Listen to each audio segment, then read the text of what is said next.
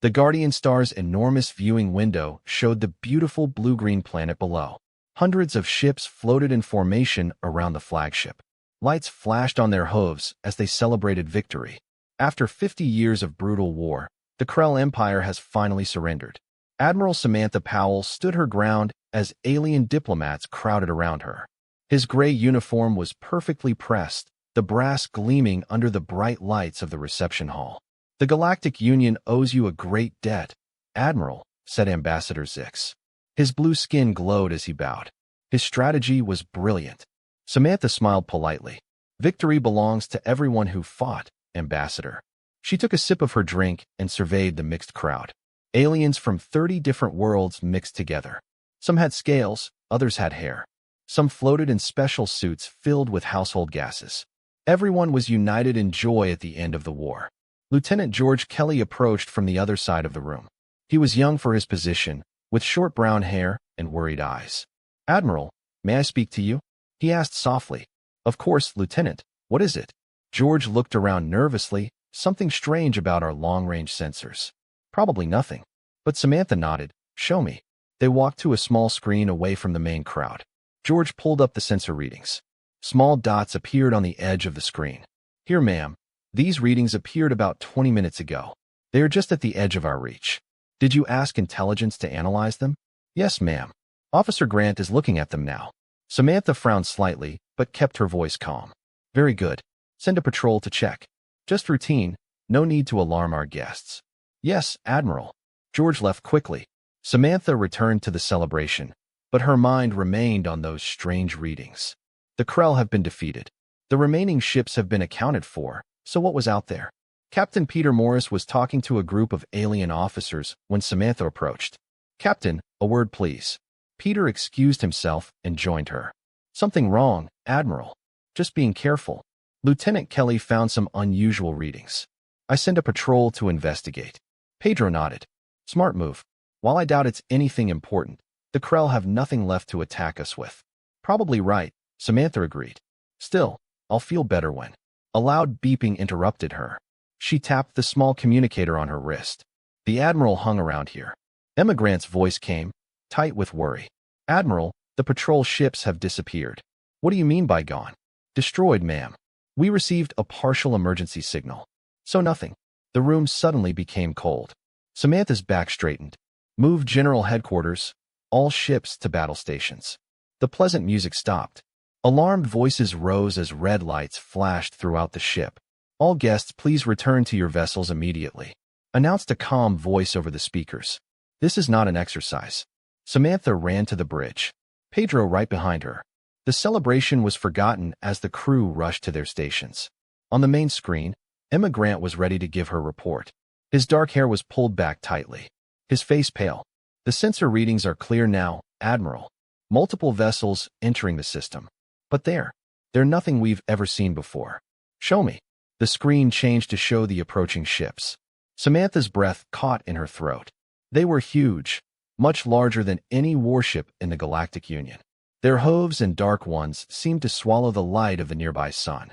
They moved with a speed impossible for their size. "Are they Krell?" Peter asked, although his voice suggested he already knew the answer. "Negative," Emma replied. "The design is completely unknown." And her power readings, she hesitated. "They are off the charts." The bridge was silent. Outside the observation windows, the celebratory lights of the other ships had gone out, replaced by the glow of shield generators and weapons systems turning on. "Open a channel," ordered Samantha. "All frequencies, all languages in our database." "Open channel." Samantha stood, her voice steady despite the fear that was creeping up her spine. "This is Admiral Samantha Powell of the Galactic Union. You have entered Union space. Identify yourself immediately." The answer came seconds later. Not in words, but in actions. The lead ship, easily twice the size of the Guardian Star, opened what appeared to be scarf doors. Smaller vessels appeared, heading directly for the Union fleet. "Battle formations," Samantha ordered. "All ships prepare for combat." The Galactic Union had just won a war. Now they faced something that has made the Krell Empire seem like less of a threat. 15 years earlier, on a small blue planet called Earth, John Carter looked at the twisted metal in front of him. The alien ship crashed in the Arizona desert 3 days ago. Government trucks brought him to this underground facility before anyone could take photos. John pushed his glasses up and looked at the strange symbols on the ship's hull. As the project's lead engineer, he needed to figure out how it worked. "Any luck?" asked a woman's voice behind him. John turned to see his wife, Laura. His uniform showed his position as Colonel of Military Intelligence. Her blonde hair was tied back tightly. His sharp blue eyes. Said John. "The metal is unlike anything we've ever seen. And there is a power source still working, even after the accident." Laura nodded. "The president called an emergency meeting. The data we found on the ship's computers is now being translated." "What did they find?" "War," Laura said simply. "A massive war between two alien groups. They call themselves the Galactic Union and the Krell Empire." John wiped his forehead. "And where is Earth in all this?" "Nowhere for now. They don't know we exist." 3 days later, the leaders of all the major nations met in a secure room beneath the United Nations building. The atmosphere became tense as Laura showed images from the ship's database. "The war has been going on for more than 40 years, she explained. "Billions died. Entire planets destroyed. And they could find us at any time," asked the French president. "Yes," said Laura. "The ship that crashed was a scout. We were lucky. If either side knew about us, Earth would become a target. Or worse, a battlefield," added Chinese Prime Minister. The room fell silent. Then the American president stood up. "We have two choices. Hide and hope they never find us. Or prepare to defend us." The vote was unequivocal. Project Bastion began the next day. For the next 10 years, the best minds on Earth worked together in secret. Old enemies became partners. Scientists who once built weapons against each other now designed ships to protect all of humanity. Frank Martinez led the engineering team. His workshop was full of parts from the alien ship, carefully disassembled and studied. "The problem isn't copying their technology," he told John one night. "It's getting better." John looked up from the computer. "Improving alien technology. That's ambitious." Frank smiled. "We found at least 6 major flaws in your design. Your ships are fast but fragile. Your weapons are powerful, but they waste energy. And our designs." Frank pulled up the hologram of a huge ship. "We are building them bigger, stronger, and smarter. As they fight each other, we learn from the mistakes of both sides." Earth's first space shipyard was built on the far side of the moon, hidden from Earth and any passing aliens. The first test spacecraft, called Hope, made its journey to Mars and back in just 2 days. In year 12, Earth had 20 small ships. In year 14, they had their first true warship. The people of Earth called it the Defiance. Admiral William Hayes stood on the bridge of Defiance, watching as the Earth grew smaller behind them. His gray hair was cut short. His face was worn from his years in the former United States Navy. "Status report," he ordered D. "All systems normal." The Admiral responded to Susan Wright from his communications station. "The fleet is in formation." William nodded. Earth's first battle fleet consisted of 7 massive dreadnoughts and 20 smaller support ships. Each dreadnought was twice the size of the largest alien warship from their intelligence reports. "Begin the phase jump sequence," William said. Susan's fingers flew across the control panel. "Coordinates defined for the Arcturus system. Intelligence reports important activities there." "Very good. Let's see what's happening out there." The engines hummed louder. Stars stretched in lines of light around him. Earth remained hidden, watching and learning from the shadows. But now it was time to step into the light. It's time to show the galaxy that humanity should not be ignored. The dreadnoughts have disappeared from Earth's solar system, heading towards war. They hadn't started, but they were determined to finish. Ships appeared at the edge of the Arcturus system, like ghosts emerging from the fog. The jump engines were shut down as the fleet entered formation. 7 huge dreadnoughts formed a protective wall around the smaller support ships.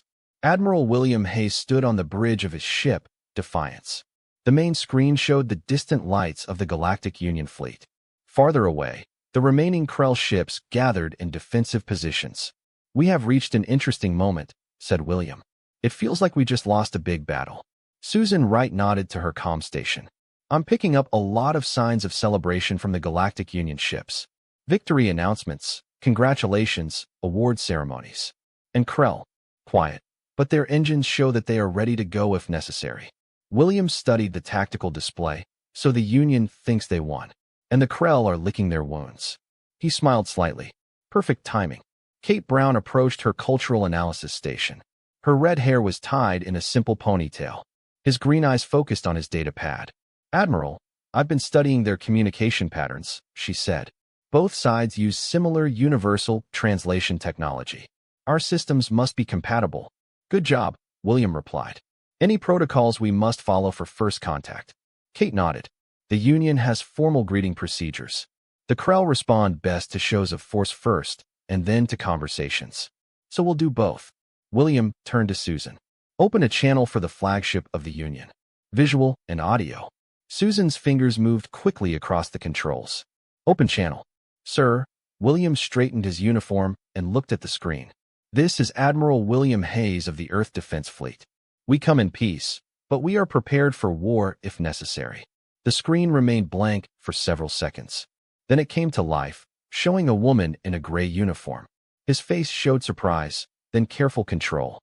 "This is Admiral Samantha Powell of the Galactic Union. We have no record of Earth or its defense fleet. Please identify your species and intentions." William nodded respectfully. "We are humans from planet Earth. We've been watching his war with the Krell Empire for some time now. We decided it was time to introduce ourselves." Samantha's eyes narrowed slightly. Observing.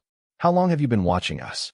15 years, since we recovered one of your reconnaissance ships that crashed on our planet." The bridge of the Union ship fell silent. William could see alien faces in the background, all looking at him. "That's impossible," Samantha said finally. "No species could progress from discovering a crashed ship to building it." She pointed to the screen showing Earth's fleet. "This in just 15 years." Guillermo smiled. "Humans learn quickly, Admiral Powell. And we are very motivated when it comes to survival." Daniel Green, the tactical officer, suddenly spoke. "Admiral Hayes, I'm detecting engine signatures from the Krell fleet. They are moving into attack positions." William kept his eyes on Samantha. "It seems our arrival has made the Krell nervous." "They're not the only ones," Samantha answered honestly. "Their ships are unlike anything we've ever seen. Twice the size of our largest ships. We built them that way on purpose." William said, "Admiral Powell, I suggest we continue this conversation. But first," he turned to Daniel. "Defensive positions, shield at maximum." The Earth shifted, its massive forms sliding into a protective barrier between the Union and Krell fleets. "What are you doing?" Samantha asked. "The Krell are preparing to attack. They see their celebration and our arrival as an opportunity." On screen, Samantha turned to her own officers, who nodded in confirmation. "How did you know?" she asked. "We have studied both sides for 15 years, William replied. "We know how the Krell think." As if on cue, the Krell ships advanced, carrying weapons. But they found themselves facing not only the weakened Union fleet, but also 7 enormous land battleships with shields unlike anything they had encountered before. William's voice was calm as he gave the order. "Show them what Earth can do." The Krell ships fired first. Red beams of energy shot toward Earth's fleet, glowing against the darkness of space. Everyone on the challenge bridge held their breath. The beams struck the shields of Earth's dreadnoughts. But instead of exploding or rupturing, the energy seemed to spread and disappear like water on a hot surface. "Shield holding 98%, reported Daniel Green. He looked almost bored. William nodded. "Return heat. Just warning shots." Earth ships responded, but they didn't use ray weapons. Instead, small objects fired from the sides of the dreadnoughts.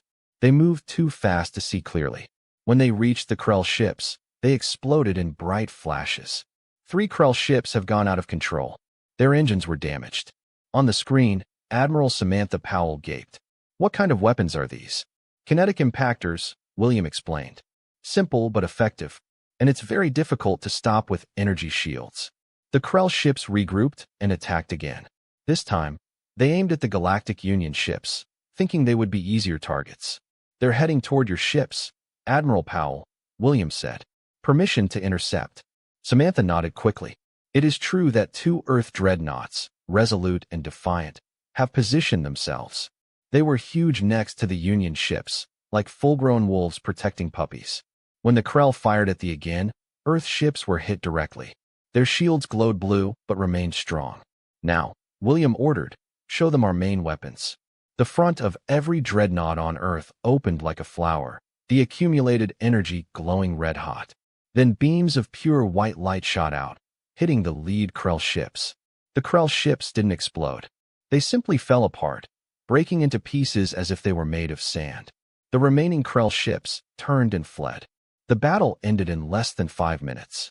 A day later, representatives from Earth, the Galactic Union, and even the Krell gathered on the neutral ground of a small space station. The room was tense as Earth's ambassador Richard Hall faced the two groups of aliens. Richard was a tall man, with dark skin and a calm voice. He was a diplomat on Earth for 30 years before joining the space fleet. "The Earth wants peace," he said, "but we will fight if necessary." The Union ambassador, a green-skinned alien named Zix, leaned forward. "Its technology is impressive. Where did you get this?" "We built this," Richard said simply. "After studying the crashed ship, we improved what we found." Representative Krell, a reptilian being called Scar, hissed, "Impossible. No young species could improve our technology." Ricardo smiled. "Humans are good at war. It's sad, but it's true. We have fought each other for thousands of years. When we found out about your galactic war, we prepared for the worst." While they were talking, another meeting took place at Bea Medica do Desafio. Lisa Benny-TT, Earth's chief medical officer, treated injured Union soldiers. Her gentle hands worked quickly as she applied Earth's medicine to alien wounds. "This will help with the pain," she told a blue-skinned alien with a burned arm. "Their skin is different from ours, but the nerve pathways are similar." The alien looked at her with 3 wide eyes. "Thank you, human healer. Its people are strange but kind." Meanwhile, Security Chief Paul Martins discovered something important. He was checking the station's security systems when he found hidden signals. Paul was a former police detective with sharper eyes and instincts. He traced the signals to a small device under a table in the meeting room. "Admiral," Paul reported through his secure communicator, "the Krell have planted listening devices, and there's more. I've detected what appear to be sabotage plans for the Union flagship." William frowned. "Therefore, they never planned to honor the peace treaty." "No, sir. And now they are worried about us too." William looked at the stars. Earth arrived just in time to stop a betrayal, but he wondered what else awaited them in the vast galaxy. 3 days after the battle, a small Krell scout ship appeared near the Earth fleet. It carried a single passenger, a wounded Krell commander. The aliens took him to the challenge for medical treatment. The Krell was lying on a medical bed, his skin scaled light green instead of the normal dark green. One of his forearms was missing, replaced by a metal limb. Its yellow eyes watched the humans carefully. "Why did you save me?" he asked in a hoarse voice. The translator made his words sound mechanical. Lisa Bennett checked her vitals at her physical. "We helped anyone who needed it, even former enemies." Krell made a sound that could have been a laugh. "You humans are weird. Don't you know what the Krell Empire does with conquered worlds?" "We know," Lisa said calmly, "but you're not winning anyone over right now." Olivia White entered the infirmary. She was the chief scientific officer, with dark, curly hair and serious eyes. She carried to a data block and seemed excited. "Dr. Bennett is the stable patient. I need to ask him some questions." Lisa nodded. "Just don't tire him too much." Olivia approached Krell. "Commander, I've been studying your ship's data logs. There's something I don't understand." Krell's eyes narrowed. "What?" His fleet was not fleeing Union ships during the final battle. "Your course titles show that you were already planning to leave this sector of space before they attacked." The room fell silent. Krell closed his eyes. "You are intelligent, human." "Yes, we were leaving." "Why?" Olivia asked. "The Krell Empire has been fighting for this territory for 50 years. Why abandon it after a defeat?" The Krell looked at her and then at Lisa. "Because worse things are coming. Things that make our war with the Union seem like child's play." Admiral Hayes and Admiral Powell met in the challenge conference room. A hologram of the galaxy floated above the table. The red dots showed Krell's recent movements. "They are retreating on all fronts," Samantha said, pointing to several areas, "not just where we defeated them." William nodded. "According to the commander, they are running away from something else." "What could scare the Krell Empire?" Samantha asked. Before William could respond, the ship's alarm sounded. Daniel Green's voice came over the speakers. The Admiral was picking up a strange signal. "It's coming from beyond the outer edge of the system." William and Samantha ran to the bridge. On the main screen, a pattern of light pulses was repeated. "What is it?" William asked. Olivia studied her readings. "It's not Union or Krell technology. The energy signature is completely different. Can we trace where it comes from? Samantha asked. I already did that, Daniel replied. It's coming from a dead zone, a region of space that both the Union and Krell avoid. William looked at Samantha. Why do you avoid it? Samantha's face showed confusion. I don't know. It has been marked as forbidden territory for generations. Eric Johnson, Earth's chief strategic analyst, entered the bridge. He was a quiet man who spent most of his time studying battle records and star maps. I think I found something, he said. I have charted every battle between the Union and Krell for the last 50 years. He displayed a new hologram. Hundreds of small lights showed battle sites across the galaxy. See the pattern, said Eric. The fight has been moving inward, coming from all directions. Samantha looked at the map. This is impossible. We've been pushing Krell back. And they're pushing you back in other sectors, Eric explained. The general movement has been spiraling, like water running down a drain. William saw it now. Someone has been harming both fleets. But who? Samantha asked. And why? The answer came from an unexpected source. A new ship jumped into the system, larger than any they had ever seen. Its design was neither Union nor Krell. We are receiving a transmission, Susan reported. Audio only. A deep, distorted voice filled the bridge. The harvest approaches. Your divisions make you weak. Your unit arrives too late. William and Samantha exchanged worried looks as the message repeated itself. I think William said quietly, we have just met the real enemy. The mysterious ship disappeared as quickly as it appeared.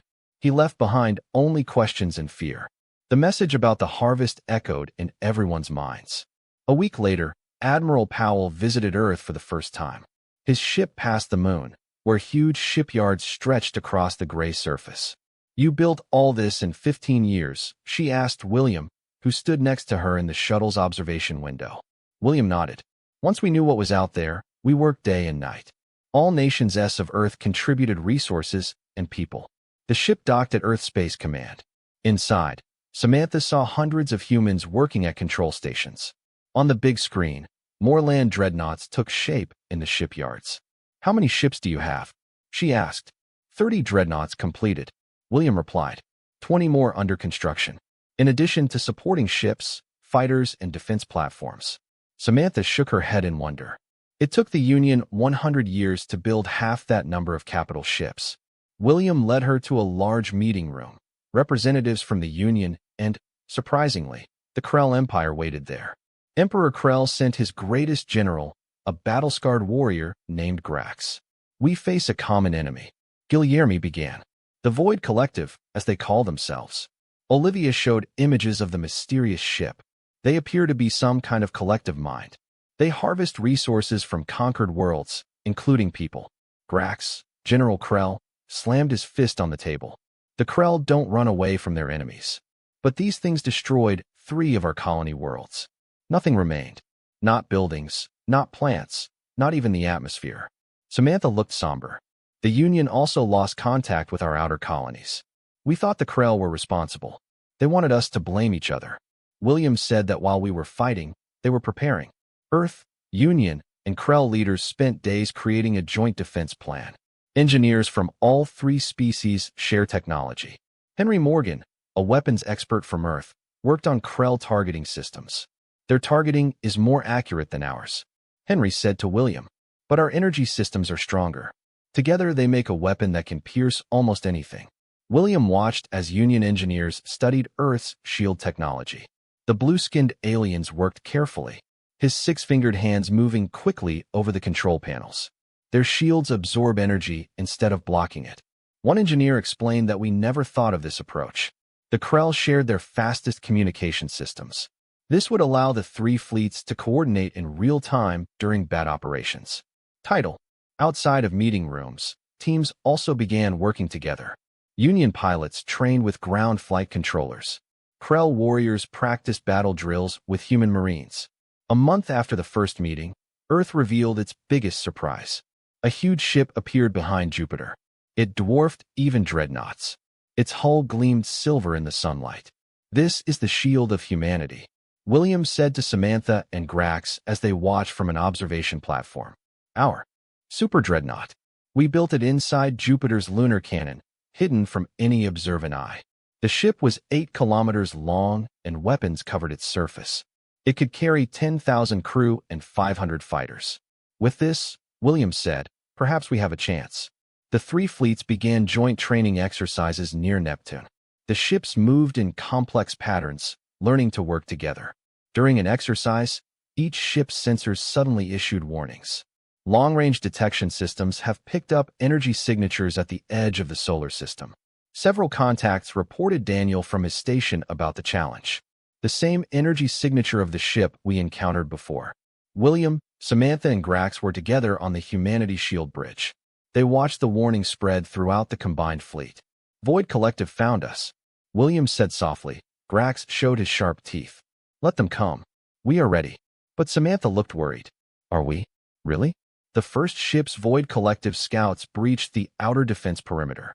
The real test was about to begin. The Void Collective's attack began without warning or demands.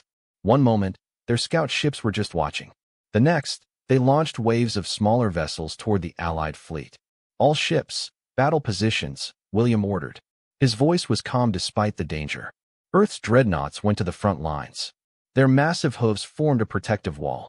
Behind them, the faster Union cruisers took up supporting positions. The Krell ships, known for their speed and maneuverability, spread out to protect the flanks. On the bridge of Humanity's shield, William watched the enemy approach. The Void ships were black, with glowing purple lines running along their hulls. They moved in perfect harmony, like parts of a single organism. The first wave approaches, Dango reported, 500 fighter-class ships and 20 capital ships.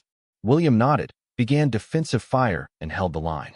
Earth's ships fired first, bright beams of energy shooting towards the approaching enemy. The smaller human ships launched missiles that left trails of blue light. The Void fighters were hit hard, but for every one destroyed, 2 more seemed to take their place. They surrounded the human battleships, looking for weak spots in the shields. They're testing us, Samantha said from her position beside William, learning about our capabilities. So let's show them what we can do. William responded, signal the Union ships to begin their attack run. The Union cruisers advanced, their sleek blue hulls glowing as they fired accurate energy weapons. They targeted the gaps between the Void fighters, creating paths for the Krell ships to follow. The Krell warriors let out war cries as they charged through these openings. Their red ships twisted and turned in impossible patterns, shooting in all directions. They were natural hunters, and now they had fangs. Andrea Clark sat at her communication station on the Shield of Humanity. She helped design the system that allowed the 3 fleets to coordinate their actions. Her fingers moved quickly across the control panel as she relayed orders and information. Union Squadron 3 needs support in Sector 6, she shouted. Krell forces responding. The battle lasted hours. Earth's flagship suffered heavy damage but held the line. Its main weapon still fired, destroying Void ships with each blast. But the Void Collective kept coming. For every ship destroyed by the Allies, more appeared. Their numbers seemed endless. SH yield generators by 40% reported an engineer on the Defiance Bridge. We can't take much more of this. Lieutenant Stephen Ross looked at the damage reports and made a decision. Admiral Hayes, he called on the comm request permission to lead a boarding group. We need to learn more about these ships. William hesitated, then agreed. Approved. But be careful, Lieutenant. Stephen led a team of 20 soldiers in special space armor.